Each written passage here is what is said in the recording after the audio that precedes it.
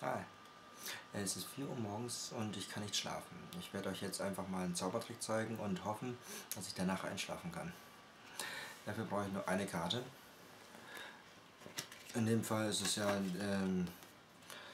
das Herz Ass. Ich kann überhaupt nicht mehr denken. Und das Geilste ist ja, an dem Herz Ass, es verwandelt sich sofort, wenn ich will, in ein Kreuz Ass. Doch, was soll ich sagen? Wenn ich auch will, so per Gedankenkraft, schaffe ich es, dass das Kärtchen 1, 2, 3 sich zurückverwandelt. Und das Schöne ist ja, es verschwindet.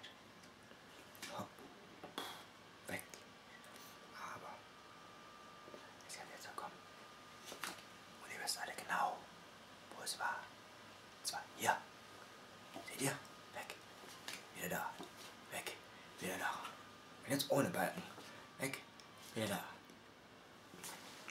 Gute Nacht.